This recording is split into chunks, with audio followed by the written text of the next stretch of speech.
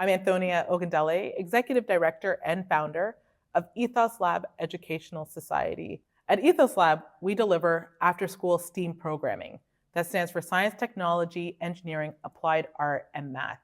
And what's really exciting about what we do is that we integrate culture and community into all of our programming. We go into the schools across the Lower Mainland, but you could also come to our site at 2nd and Main, and youth can register at in our programming throughout the year. Ethos Lab is a Black-led organization. We're really focused on ensuring that there is a 25% proportion participation of Black youth in our programming, because it's open to all young people, with the intention of all young people being able to see Black leaders, and therefore they see their peers as Black leaders. Our design premise is centering the humanity of the Black experience. So ensuring we create spaces where Black youth are respected, reflected, protected, and connected. Over the last year, we've gone into many different schools across Vancouver School District.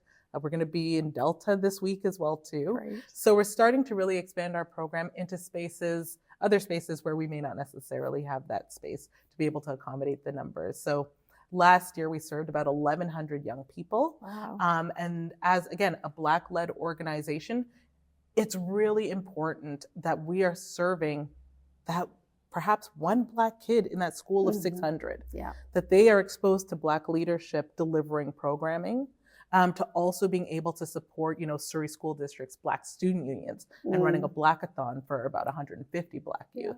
What made you start Ethos Lab? It was mainly started, like with any organization, from seeing a need in my own life, and wanting to be able to create a space where my young person, who's 17, my daughter, to be able to find a place where she can see herself, but also amongst peers, but also amongst leadership. And she's a young person who I had really involved in different STEM activities, video games and such.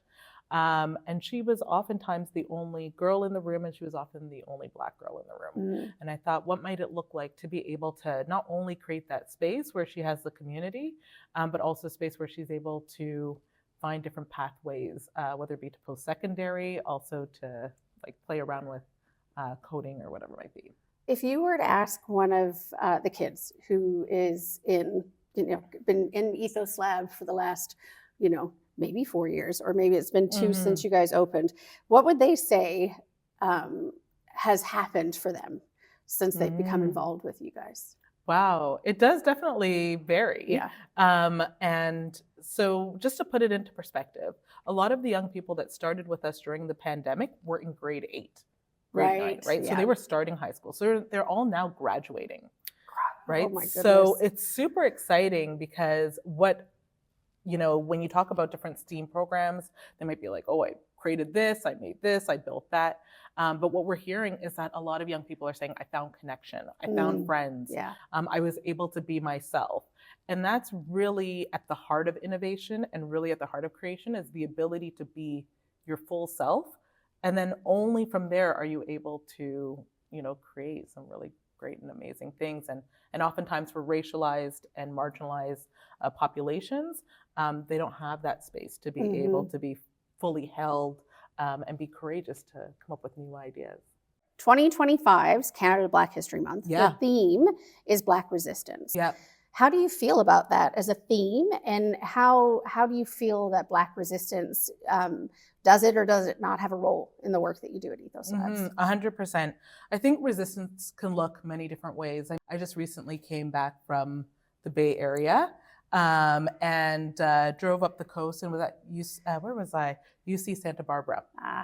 And at UC Santa Barbara on the campus, the students there resisted and rose up and said that there wasn't enough representation in the schools, and they did a sit-in in their computer lab as a form of resistance, which is very tied to when we think about different spaces of power and where things can change. The idea to be able to do something like that, it was wholly tied to thinking about this area of resistance. When I was there and I saw the mural and the memorial, it brought to mind, I said, oh my goodness, I can't believe that this happened here, because this also happened at Concordia University a number of months later in January. There were also a number of Black students that took over a computer lab, And these types of connections and these types of histories and stories of resistance must be uncovered. Yeah. So I think when we think about Black history and we think about this history of resistance, we need to be able to tell the story. And that's what it means to me when I think about the overall theme. But what that looks like in 2025 might look a little different. Resistance may look like, you know what, I'm actually going to understand or change algorithms to look or be a different way. Or I'm going to, you know what, I'm going to show up in like the brightest colors in this like really, you know, perhaps male dominated space and like be my full self. And so I think it's really important for us to tell all the ways in which resistance shows up. But I think more than anything else, as a population and as a member of the Black community, resistance has also led to a lot of burnout. Yes. And so I think it's allowing and giving that space for resistance to look many different ways. And oftentimes the resistance and the push is to be able to have your light shine and be your full self. Yeah. Show up in the spaces you. Absolutely. Yeah. In saying that we create a space where Black youth are respected, reflected, and protected and connected really speaks to a humanity and a cross-cultural experience where as a Black person, you want to be able to enter into a space and say, do you see me? Is what I say respected? Do you want to be my friend? Is it safe to express my opinion and be who I am? And so that's how we think about and engage with the Black community here. So Anthonia, you would be very familiar, I'm sure, with the Unfunded report that came out right before the pandemic, which it's hard to believe that's 5 years ago. But one of the things that report did was put a number against how much money is being contributed to Black-led organizations in Canada. And it was less than 1%. And we're 5 years later in that journey. And I'm just interested to hear your perspective on, you know, what you thought when you initially saw the report, how it impacts organized, like what is that kind of trickle down reality that you find at Ethos Labs? And if there's any, do you think we've come any further? As a Black-led organization, I definitely keep my pulse to understand kind of what's happening contextually. But when I saw that report, it was one of those like, obviously, I think every Black-led organization and Black serving organization knew that there was a deficit in the amount of funding that we were receiving. And so now we're a number of years later. Again, I talk about that DEI context, and I would say it doesn't feel like anything is changing. In fact, it feels like it went backwards in many different ways.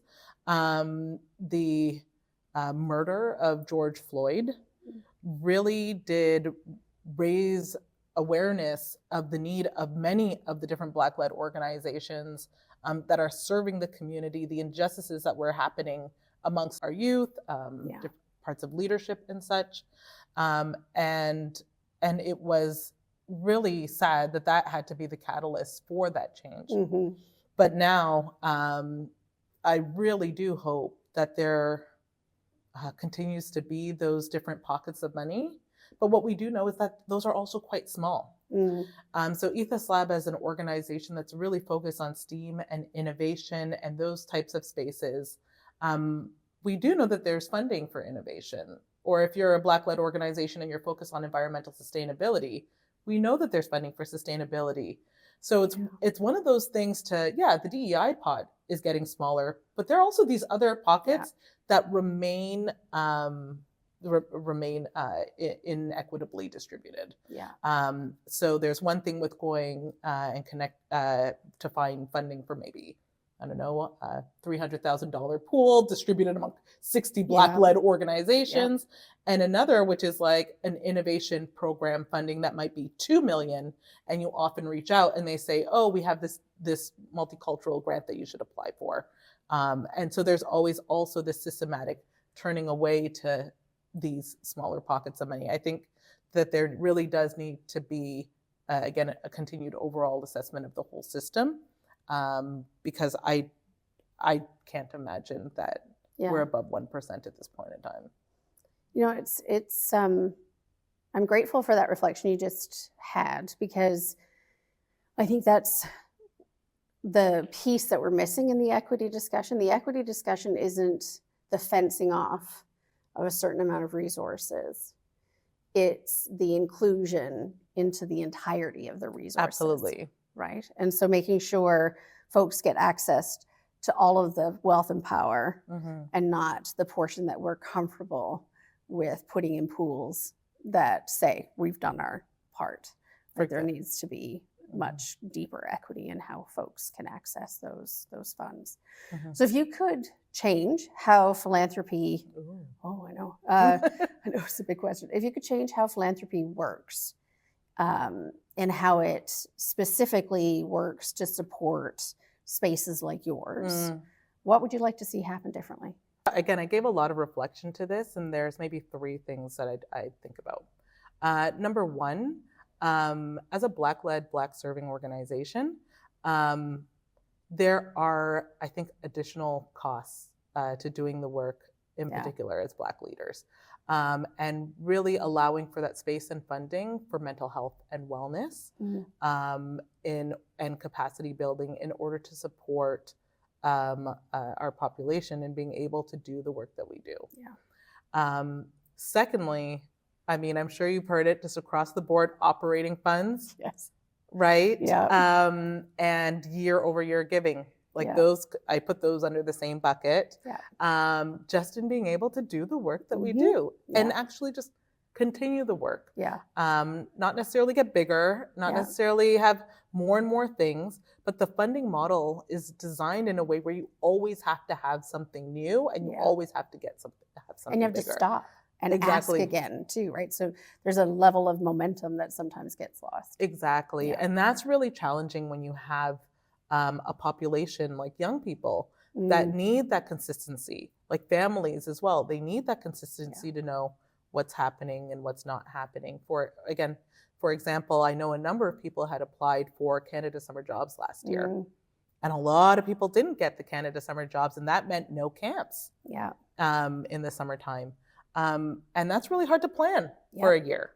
And that's just one funding pool, and again, understanding how public funds are distributed and such. But that does speak to one of the challenges when you don't have year-over-year funding, and you also don't cover just straight what operating, it takes to keep the doors open. Rent, Yep. Things like that. And so the cost ends up being transferred to users as well too, and that's kind of the model that we have. And then the third thing is, I think that there should just be a lot more support for young people. And when I say support for young people or funding for young people, one of the spaces that we are really in is we're supporting that pipeline to post-secondary education and into careers. And a lot of the funding for youth in that pipeline kind of conversation in K-12 isn't necessarily put in that context. The role that that age group plays in encouraging someone to get into careers is not necessarily considered in the funding pool. So if there was any way to have more and additional funding to support young people, I think it'd be great. That's awesome. Yeah, I mean, I think, and to just speak to kind of your second point again as well around that multi-year operational piece too, is for some reason at some point in this philanthropic sector, someone decided to frame operations as an expense that donors shouldn't have to cover.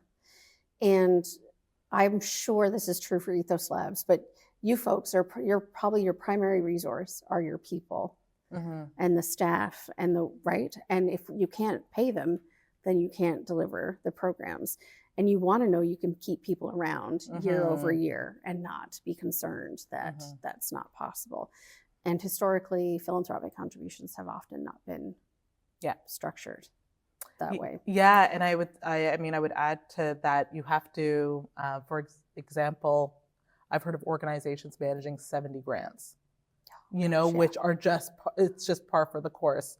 The reporting, the tracking, and everything, it is quite labor intensive and multiple different projects. But for someone that, again, executive directors, operational staff, financial staff, like to find funding for those three functions, my own role is incredibly difficult.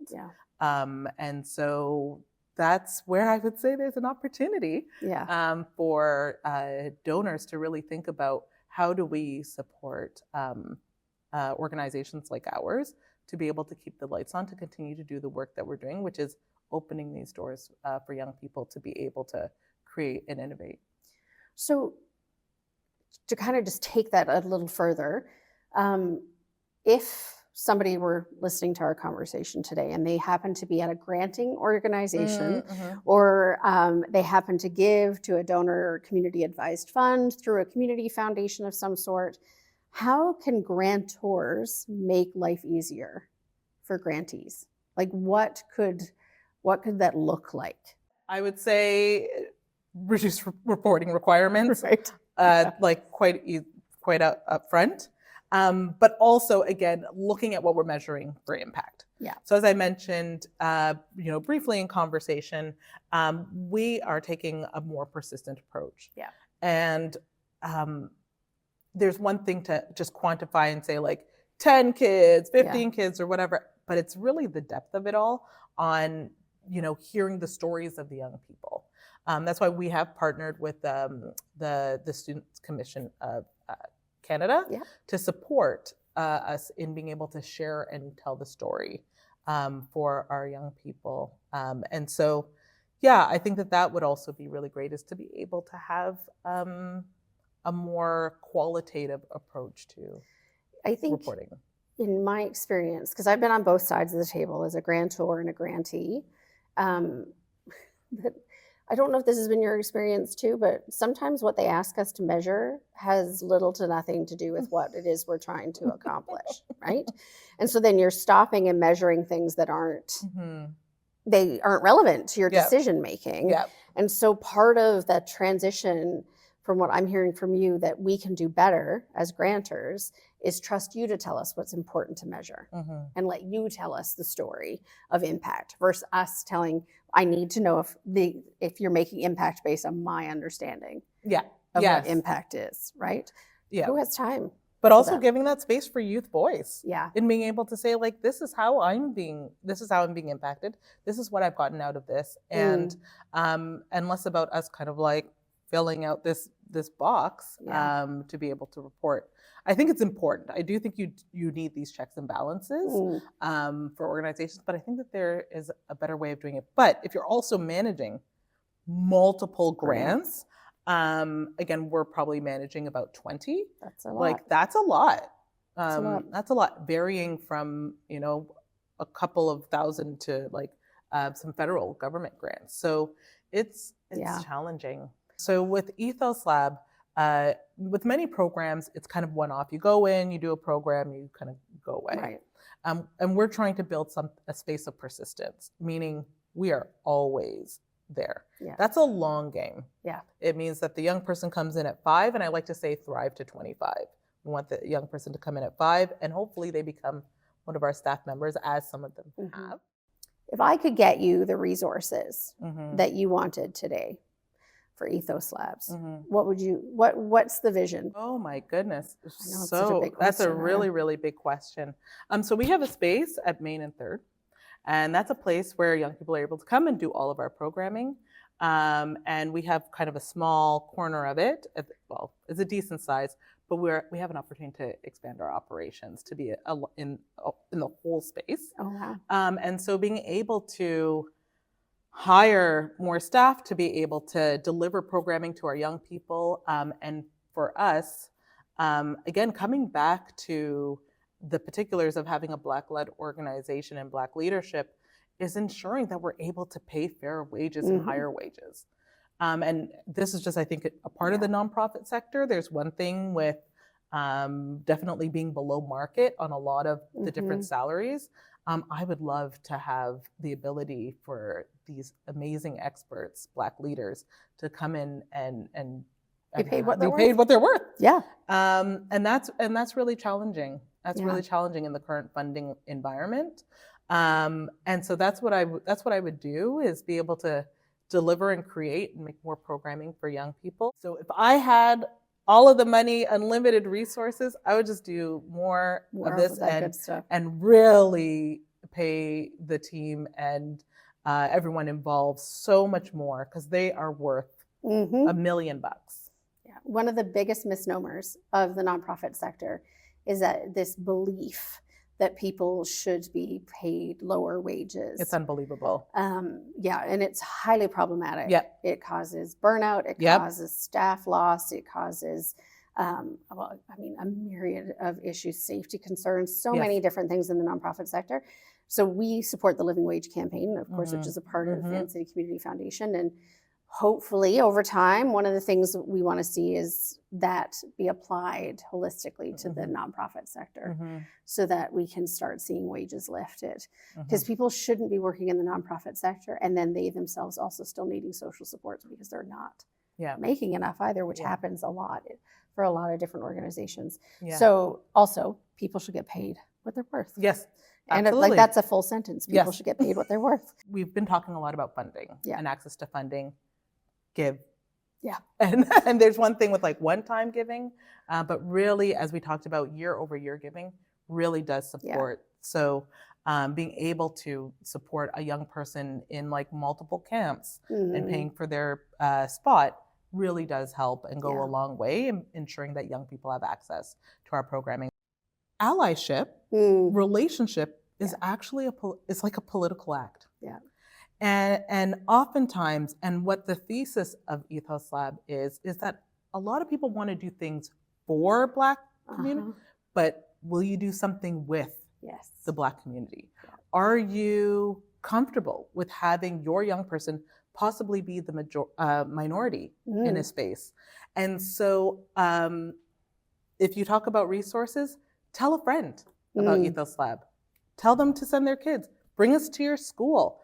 That will go an extremely long way as we look at bringing a new way of doing STEM that integrates culture, integrates community, and really does see a space where all young people are able to thrive. And the current learning environments that we have, we do see that young people are falling through the cracks.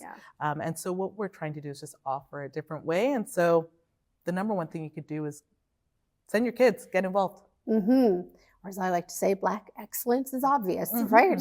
But some people just aren't looking, which is an important part of, I think, being in community with folks. Is there anything else that you'd like to share with us or tell us? Yeah. I'd just like to share we're at a really critical time when it comes to innovation and it comes to technology. And AI is on the tip of everyone's tongue.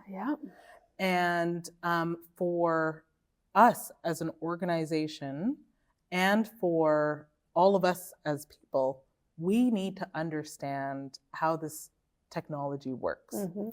And so from just a broader stance and thinking about, again, the theme again, and thinking about what's really important in the role that Ethos Lab is playing, it's important to have the conversation.